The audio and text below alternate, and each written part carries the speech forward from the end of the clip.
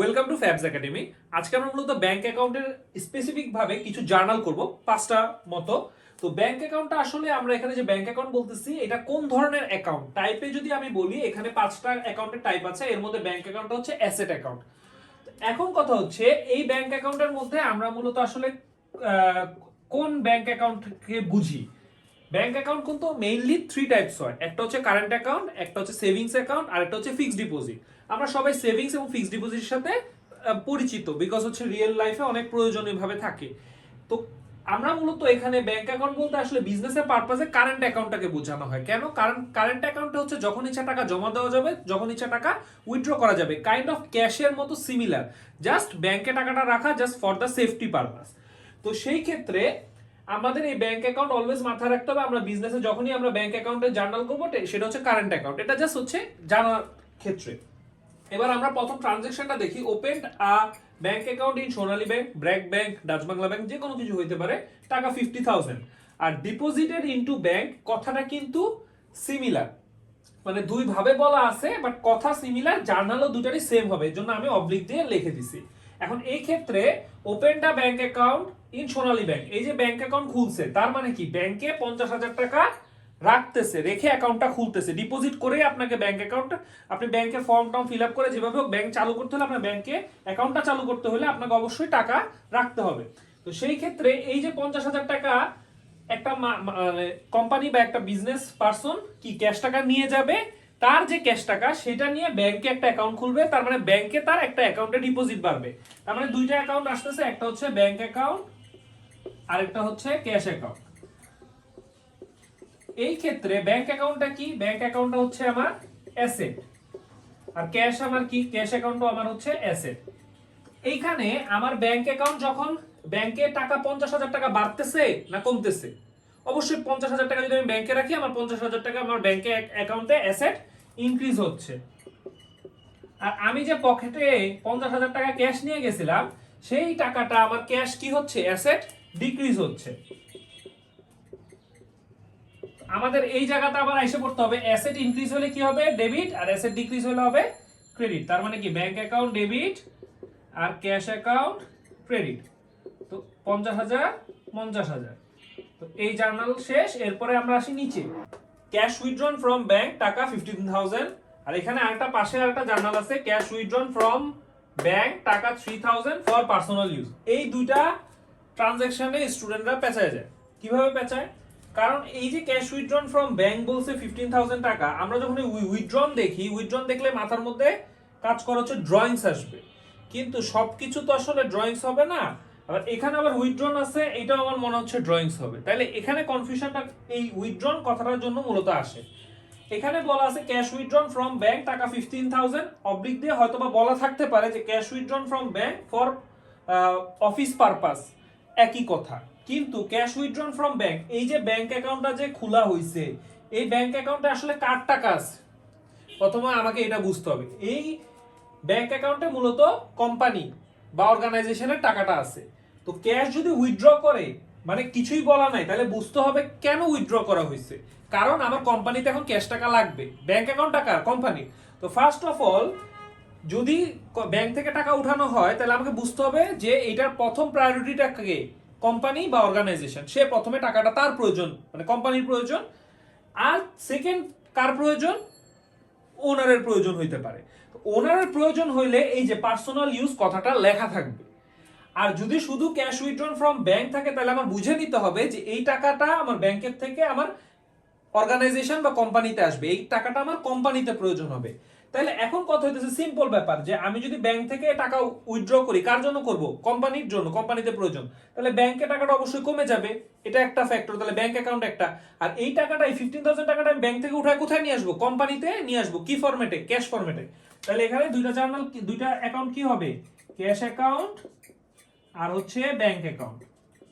তাহলে এখন কথা হচ্ছে ক্যাশ অ্যাকাউন্ট আর ব্যাংক অ্যাকাউন্ট, ক্যাশ কি? অ্যাসেট, এবং ব্যাংক কি? অ্যাসেট। তাহলে ওই যে কথাটা বললাম যে আমি ক্যাশ তুলে নিয়ে আসছি, তাহলে আমার অর্গানাইজেশন বা কোম্পানিতে ক্যাশ অ্যাকাউন্টের টাকা 15,000 টাকা আমার বাড়বে না কমবে? 15,000 টাকা আমার বাড়বে। তাহলে ক্যাশ অ্যাসেট ইনক্রিজ হবে। আর আমার যে ব্যাংকে ডিপোজিট ছিল ধরো 50,000 টাকা, তাহলে কি হয়ে যাবে? 15,000 টাকা কমে যাবে। তার মানে কি আমার অ্যাসেট ডিক্রিজ। তাহলে এখন ক্যাশ অ্যাকাউন্ট অ্যাসেট ইনক্রিজ আর bank account asset decrease. Asset increase হলে ডেবিট, অ্যাসেট ডিক্রিজ হলে ক্রেডিট। তাহলে এই যে জার্নালটা হচ্ছে ক্যাশ ডেবিট, ব্যাংক ক্রেডিট, টাকা কত 15,000 15,000 15,000।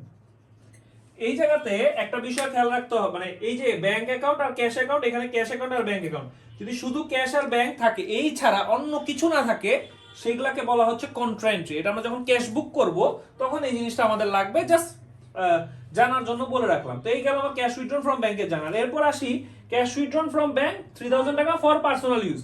এই যে পার্সোনাল শব্দটা বলে দিছে, তার মানে কি? তাহলে তার অর্গানাইজেশন বা কোম্পানির লাগতেছে না, তাহলে লাগতেছে কার? এটা ওনারের লাগতেছে। যখন এই পার্সোনাল ইউজ কথাটা থাকবে বা পার্সোনাল পারপাস কথাটা থাকবে, তখনই আমাকে বুঝে নিতে হবে এইটা ড্রয়িংস, কারণ এটা ওনারের লাগবে। আর কিছু না বলা থাকলে বা অফিস পারপাস বলা থাকলে আমার বুঝে নিতে হবে যে এটা আমার কোম্পানি বা অফিসের লাগতেছে। তাহলে ক্যাশ উইথড্রন ফ্রম ব্যাংক টাকা 3,000 ফর পার্সোনাল ইউজ। তাহলে এখানে একটা অ্যাকাউন্ট হবে ড্রয়িংস আর একটা হবে হচ্ছে ব্যাংক। ড্রয়িংস অ্যাকাউন্ট আর একটা হচ্ছে ব্যাংক অ্যাকাউন্ট। ড্রয়িংস অ্যাকাউন্টটা কি? আমরা জানি ওই ডিক্রিজ। কেন? কারণ হচ্ছে আমার যখন আমি ব্যাংক থেকে টাকা উঠায় ফেলতেছি, মানে ড্রয়িংস করতেছি, সেই ক্ষেত্রে একজন ওনারের অর্গানাইজেশন বা কোম্পানির প্রতি রাইটটা কি হচ্ছে? কমতেছে, তাই হচ্ছে ওই ডিক্রিজ। আর ব্যাংক হচ্ছে যেহেতু ব্যাংকের টাকা কমতেছে, তাই ব্যাংকে অ্যাসেট ডিক্রিজ। তাহলে এখন আমরা ড্রয়িংস অ্যাকাউন্ট কি দিব? ড্রয়িংস অ্যাকাউন্ট ওই ডিক্রিজ হলে কি হয়? ওই ডিক্রিজ কি হবে? ডেবিট। আর হচ্ছে অ্যাসেট ডিক্রিজ হলে কি হবে? ক্রেডিট। তাহলে এই জার্নালটা হলো 3,000 3,000 ড্রয়িংস ডেবিট আর হচ্ছে ব্যাংক ক্রেডিট। তো এই জায়গাতে সবচেয়ে বড় ব্যাপারটা কি, যখন একটা স্টুডেন্ট এটা বুঝে তখন তোমাদের সমস্যাটা কোথায় হবে? তখন ভাববা কি যে ক্যাশ উইথড্রন ফ্রম ব্যাংক থাকলেই হচ্ছে ক্যাশ আর ব্যাংক হবে, এটা একটা ভাবতে পারো। আর দ্বিতীয় জায়গা হতেছে যে যখন এই উইথড্রন শব্দটা দেখে তখন অনেকে ভাবে কি এটা অলওয়েজ ড্রয়িংসই হবে। সো এই কনফিউশনটা হয়। তো আমাকে এটা অলওয়েজ ভাবতে হবে যে ক্যাশ উইথড্রন ফ্রম ব্যাংক যদি হয়, তাহলে প্রথম এইটার টাকা পাওয়ার কে? প্রথম হচ্ছে ফার্স্ট প্রায়োরিটি ব্যাংক অ্যাকাউন্ট থেকে টাকা উঠানোর ক্যাপাসিটি হচ্ছে কোম্পানির, সেকেন্ড হচ্ছে ওনারের। কারণ কিছু না বলা থাকলে এটা বুঝে নিতে হবে টাকাটা হচ্ছে কার প্রয়োজন, অফিসের প্রয়োজন বা কোম্পানির প্রয়োজন। তো তখন আমার কোম্পানির ক্যাশ টাকা বাড়তেছে আর ব্যাংকের থেকে আমার টাকাটা কমতেছে। এইটাই হইতেছে এই দুইটা জার্নালের মধ্যে হচ্ছে অনেক কনফিউশন হয়। এর জন্য এই দুইটা জার্নাল ভালো মতো বুঝে মাথায় রাখতে হবে। আচ্ছা, এবার হইতেছে আমাদের দুইটা জার্নাল করব, একটা হচ্ছে ব্যাংক ইন্টারেস্ট আর একটা হচ্ছে ব্যাংক চার্জ নিয়ে। এখন একটা বিষয় আমি বললাম যে কারেন্ট অ্যাকাউন্টের ক্ষেত্রে আসলে মূলত কোনো হচ্ছে মানে ইন্টারেস্ট পাওয়া যায় না, এটা একটা ফ্যাক্ট। সেই রকমই একটা কোম্পানির তো শুধুমাত্র যে কারেন্ট অ্যাকাউন্টই থাকবে তা না, সে এমনও হইতে পারে সে একটা ফিক্সড ডিপোজিট অ্যামাউন্ট করে রাখছে, ওইটা একটা ইনভেস্টমেন্ট হিসেবে সে এফডিআর কিন্তু করতে পারে। তো সাপোজ ধরো একটা এফডিআর এ কিন্তু হাই রেটে ইন্টারেস্ট পাওয়া যায়। এখানে আমরা ট্রানজাকশনটা দেখতেছি কি, ইন্টারেস্ট অ্যালাউড বাই ব্যাংক 12,000 টাকা, ফিফথ নাম্বারটা হচ্ছে ব্যাংক চার্জ ফর এক্সপেন্সেস টাকা 4,000। এখন আমার কথা, এফডিআর যদি একটা ব্যাংক খোলে ফর ইনভেস্টমেন্ট পারপাস, এফডিআর খুললো, খুলে 1 লাখ টাকা রাখলো। তো এই যে 1 লাখ টাকা রাখলো এবং ব্যাংক বলল যে আপনাকে আমরা 12% ইন্টারেস্ট দিব। এই যে 12% ইন্টারেস্ট, এখানে একটা মজার ব্যাপার আছে। অ্যাকাউন্টিং করো, ফাইন্যান্স করো বা যাই করো, বা জীবনে একটা জিনিস মাথায় রাখতে হবে, এই যে 12% যে আছে, এই 12% আমি যেই অ্যামাউন্টের উপরই ধরি না কেন, ওইটা অ্যানুয়াল চার্জ। কিন্তু ম্যাক্সিমাম স্টুডেন্টরা বা আমিও যখন ক্লাস 8 পর্যন্ত ছিলাম, আমি ভাবতাম যে এই যে 1 লাখের 12% কত হয়? 12,000 টাকা হয়। 1 লাখের 12% কত হয়? 12,000 হয়। তা আমরা ন্যাচারালি ভাবি যে আমরা মান্থলি 12,000 টাকা পাবো। এটা ন্যাচারালি মানুষ ভুলে ভাবে, একটা মানে ভুল থট থাকতে পারে, আমার 8 পর্যন্ত ছিল। আমি যখন 9-এ উঠলাম তখন আমি বুঝলাম যে এই যে যখনই পার্সেন্টেজ সাইনটা থাকবে, পার্সেন্টেজ মানেই হচ্ছে এরপরে যে অ্যামাউন্ট আসবে এটা অ্যানুয়ালি। এটা হচ্ছে একদম ক্লিয়ারলি বুঝতে হবে। এবং অ্যাকাউন্টিং এবং ফাইন্যান্স দুইটার ক্ষেত্রেই আমার যখনই পার্সেন্টেজ থাকবে, যেই অ্যামাউন্ট 1 লাখের উপর 20% মানে ওইটা 20,000 টাকা আসবে, ওটাও পুরা কি 1 বছর বা 12 মাসের। এই কনসেপ্টটা আমার ক্লিয়ার থাকতে হবে। তাহলে এখন কথা হইতেছে, এই যে 1 লাখের 12% কত আসলো? 12,000 টাকা। তাহলে ফিক্সড ডিপোজিটে ছিল কত? 1 লাখ টাকা। তারপরে 1 বছর পরে ইন্টারেস্ট হিসাবে কত যোগ হবে? 12,000 টাকা, রাইট? এখন কত হইতেছে, তখন ব্যাংক অ্যাকাউন্টে থাকবে কত? 1,12,000 টাকা। তো এই যে ব্যাংক, আমরা ভাবতে পারি ইন্টারেস্ট অ্যালাউড বাই ব্যাংক, তাহলে আমি তো ব্যাংক ইন্টারেস্ট হইছে একটা ইন্টারেস্ট, মানে আমি বুঝতে পারতেছি আমার রেভিনিউ অ্যাকাউন্ট, যে আমি ইন্টারেস্ট পাইছি ব্যাংকের থেকে, তাহলে আমার রেভিনিউ, এটা বোঝা যায়। কিন্তু অনেকেই ভাবে ফেলে আচ্ছা ক্যাশ লিখবো আর ব্যাংক ইন্টারেস্ট লিখতে পারি, কেন? কারণ হচ্ছে আমি ইন্টারেস্ট অ্যালাউ করছি, আমি তো ক্যাশ নিয়ে আসছি।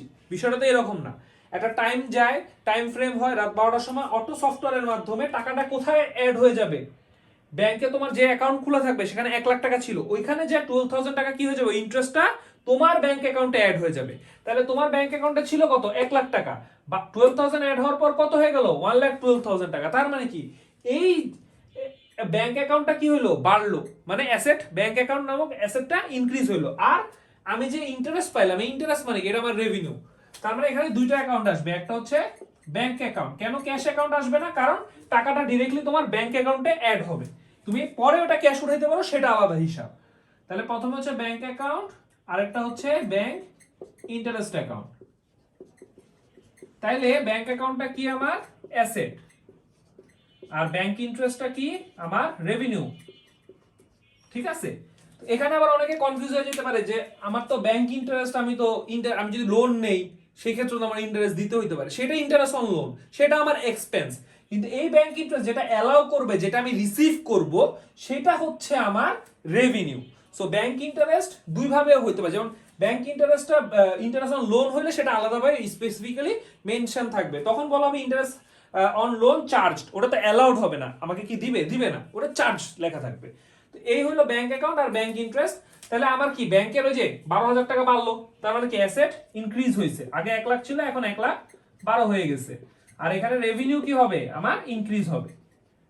তাইলে আমরা জানি কি অ্যাসেট ইনক্রিজ হলে হবে কি, ডেবিট। এই উপরে লেখা আছে অ্যাসেট ইনক্রিজ হলে ডেবিট, আর রেভিনিউ ইনক্রিজ হলে ক্রেডিট। তো এই গেল আমাদের এই জার্নালটা, চলে কমপ্লিট হয়ে গেল। তাহলে যদি আমার ইন্টারেস্ট অ্যালাউড বাই ব্যাংক বা ব্যাংক ইন্টারেস্ট রিসিভ, তাহলে জার্নাল কি হবে, bank debit, bank interest credit. এটা হচ্ছে এটার রিজনিং। তো এরপরে আমরা আসি ব্যাংক চার্জ ফর এক্সপেন্সেস। এখন কথা হইতেছে যে আমরা যে কারেন্ট অ্যাকাউন্ট যদি ইউজ করি অ্যাজ আ বিজনেস পারপাজে, তো কারেন্ট অ্যাকাউন্ট যে আমাকে একটা সুবিধা দিতেছে ব্যাংক, যখন ইচ্ছা টাকা জমা দিতেছি, যখন ইচ্ছা টাকা উইথড্র করতেছি, তো এত সুবিধা দিতেছে, ব্যাংক একটা চার্জ করবে না?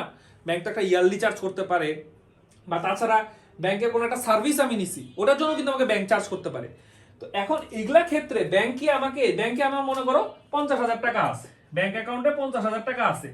এখন আমার ব্যাংক অ্যাকাউন্ট থেকে ইয়ারলি একটা চার্জ করবে, আমাকে কি ফোন দিবে যে হ্যালো আসসালামু আলাইকুম স্যার, আপনার অ্যাকাউন্টে 50,000 টাকা আছে, আমরা এটার জন্য ধরেন 4,000 টাকার কি একটা পারপাসে চার্জ করতেছি, তা আপনি আমাকে ওই 4,000 টাকা এখন দিয়ে যান, এরকম কিন্তু বলবে না। কি করবে, সুন্দর মতো ওই যে ব্যাংক অ্যাকাউন্টে আছে ওখান থেকে 4,000 টাকা কেটে নিয়ে নিবে, এবং ওটা অবশ্যই লেখা থাকবে, এবং কি হবে, ওটা ব্যাংক অ্যাকাউন্ট থেকে টাকাটা কমে যাবে।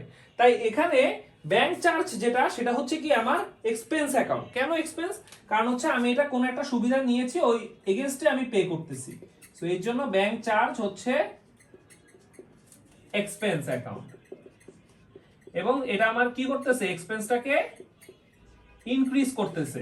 আরেকটা হবে ব্যাংক অ্যাকাউন্ট, কারণ এই ব্যাংক চার্জের টাকাটা তো আমি ক্যাশে কাটতেছে না, ব্যাংক চার্জের অ্যাকাউন্ট মানে ব্যাংক চার্জের যে এক্সপেন্সটা সেটা আমার ওই ব্যাংক অ্যাকাউন্ট থেকে কেটে ফেলতেছে। তাই ব্যাংক অ্যাকাউন্ট কি হবে, অ্যাসেট ডিক্রিজ হবে। কারণ আগে এই জায়গায় যদি আমরা খেয়াল করি, প্রথমে ব্যাংকে কত 50,000 টাকা ছিল, 4,000 টাকা চলে গেলে থাকবে কত, 46,000। তার মানে কি আমার তো এই যে ব্যাংক অ্যাকাউন্টটা কমতেছে না, এই ট্রানজাকশনের কারণে ব্যাংক অ্যাকাউন্ট আমার অ্যাসেটটা ডিক্রিজ হচ্ছে। তাহলে আমার কি bank charge account expense increase হবে কি, এই যে এখানে এক্সপেন্স ইনক্রিজ ডেবিট, আর অ্যাসেট ডিক্রিজ কি হবে, অ্যাসেট ডিক্রিজ হচ্ছে ক্রেডিট হবে। টাকা কত, 4,000 টাকা। তো হোপফুলি তোমরা জার্নালগুলো বুঝতে পারছো। আমরা আরো কিছু জার্নাল আমরা নেক্সট ভিডিওতে দিব। Thank you for watching the video.